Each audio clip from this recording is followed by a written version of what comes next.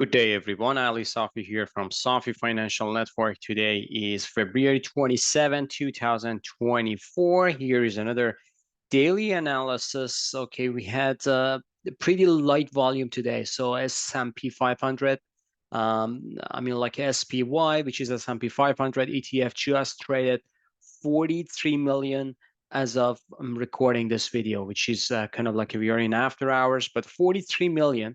This is very, very light volume. Any pullback, any rally, any like a sell-off is not counted, if you ask me. And because institution is kind of like a staying on the side, and just the retail traders are just pushing this market higher.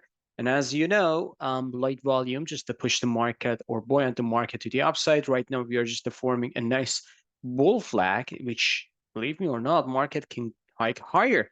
So probable scenario is going to be we are going to see in this higher price or higher high is coming or new all-time high is coming with screaming divergence here. So even if I just show you here, the divergence is very, very obvious. So I don't know how I can just formulate this one, but this is very, very crazy divergence here in the market, and the market is just going higher with a great divergence. So any pullback could be a great buying opportunity, but as you know here, my target for March is going to be a great pullback.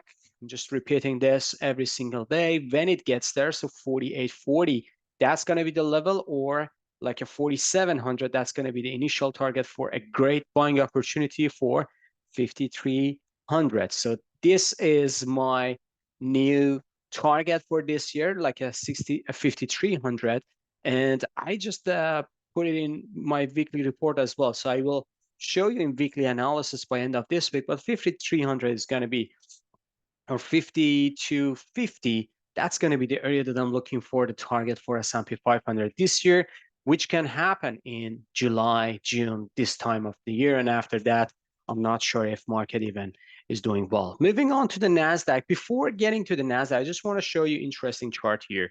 So this is Nasdaq to Russell 2000. Oh, not this one actually. This is the Nasdaq to Russell 2000.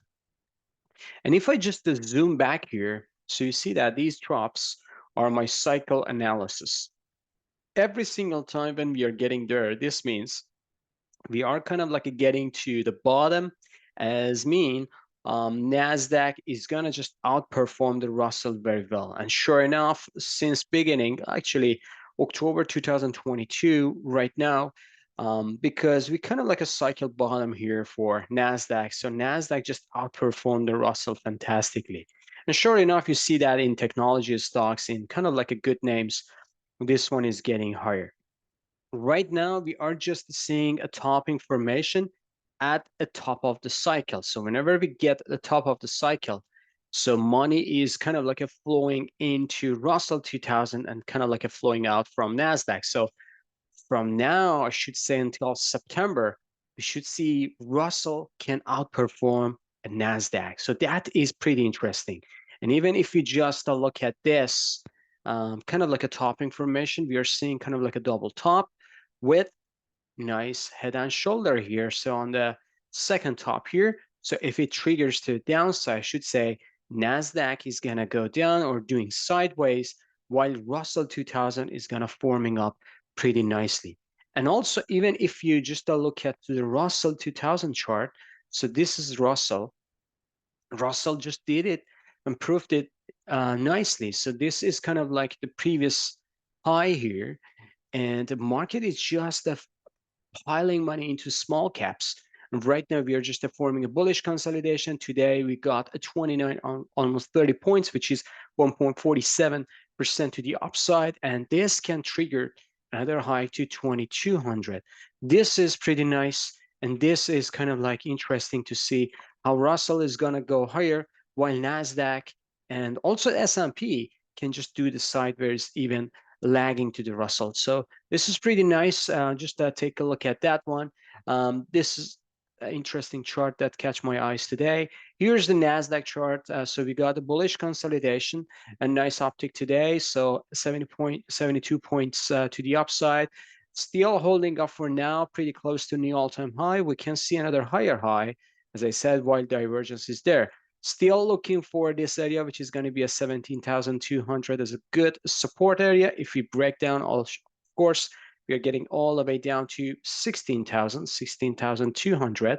But I should say this is kind of like important support here at somewhere around low 17,000. Moving on to US 30, which is Dow Jones. Dow just coming down, so money is kind of like a flowing out from Dow as well. So Dow is down, another a down tick today. Not a bad session, but I should say compared to the other one, especially Russell 2000, Dow is lagging right now. So Dow can go down here to this area, which is going to be important support. And also here, I should say this is kind of like interesting consolidation breakout, which is going to be 37,500. So 37,500 is interesting to see how Dow is going to react if it gets there, which is going to be another almost a 1,500 downside. Moving on to the next one, which is gold, doji bar, shooting a star here. So probable scenario is going to be a correction is coming with gold and gold miners, but that would be kind of like interesting to see if we are getting back from 2020-ish. So it can go down another $10 or so, $10, $15, but I'm not expecting more than $10, $15 to the downside, which is going to be a corrective move for the next rally to the upside. I believe this is kind of like a correction, and corrective rally is kind of like a finish with gold. A correction within this rally is finished, and we are just getting the first signal of again next rally is coming. And you know that I'm just more inclined to higher price on gold at 2,200 and 2,250 is coming down the road, potentially second half of this year. Moving on to crude, which was positive today due to kind of like a news that they're gonna just cut the production. OPEC Plus and some countries in OPEC Plus, they just decided to cut their production. So that's why they spiked the crude higher. But I should say this is kind of like the last rally before the next sell-off, because I believe this is kind of like interesting pattern here. This is kind of like a corrective rally. And I should say the next fall is coming for the crude down the road. This is happening the same in um, um, energy stocks. Moving on to individual names, let's start with rocket start today, which is Bitcoin. Recently, just the spike up, and today just got into 57,000, as I mentioned yesterday. And look what happened. So this is kind of like initial reaction, which is pretty nice because this is the area that we point out, 57 to 60,000 area almost. And this 3,000 is kind of like a weekly breakout to the downside. So we just got there, and I believe correction is coming, guys. So this is a good bullish consolidation. We had a nice final surge to the upside, to a good level. I believe everyone needs to just scale out some profit off the table when we are getting there, especially when you buy this here or even here. This is a good area to just to scale out some trades.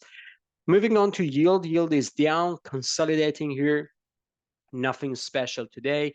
Treasury is reversing back down. So this means Treasury still is in a corrective move, and correction is not over yet. VIX 2% down.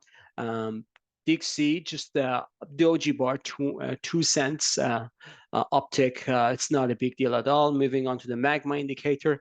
Magma just hold up pretty well over that on the top, but I should say correction is coming. Apple, pretty volatile session. It was negative 180, then coming back up. I believe Apple is consolidating here. Pretty nice bear flag before the breakdown. Amazon, $1.19 down, roll over for now. Meta just getting back to the upside, $5. Good price action for Meta. This is stock still is strong, so this is pretty good. Microsoft coming down, but buyer just took some action here. But if we get some, again, bearish momentum to 397, then it can go lower. Google just coming back up. I believe this is kind of like a breakout or breakdown test before the next sell-off to 123, 127. Netflix coming up today. So this is, to be honest, is above my expectation. I thought that this one is getting to the corrective move. Right now it is in weekly supply area, but hold up pretty well. So we should see some kind of like volatility, but seems like holding up pretty well. Tesla, uptick the downtick, change the gear to the downside, getting to 205, then coming down, still holding up this bullish consolidation. Semiconductors were lagging today. SMH 61 cents down, SUX 64 cents down. Taiwan Semiconductors sharp sell off $2 today. AMD just coming back up. This is not the only holder name here. Nvidia coming down as well, $3.91. Not a bad deal, but still this is kind of like a red dealing with a new all-time high. Texas Instrument, 64 cents up. Lam Research, $8 down today. Not a bad session. XLF, which is a spider financials after yesterday's sell-off, it just went back up. KBE coming back up. KBE forming a bullish pattern here.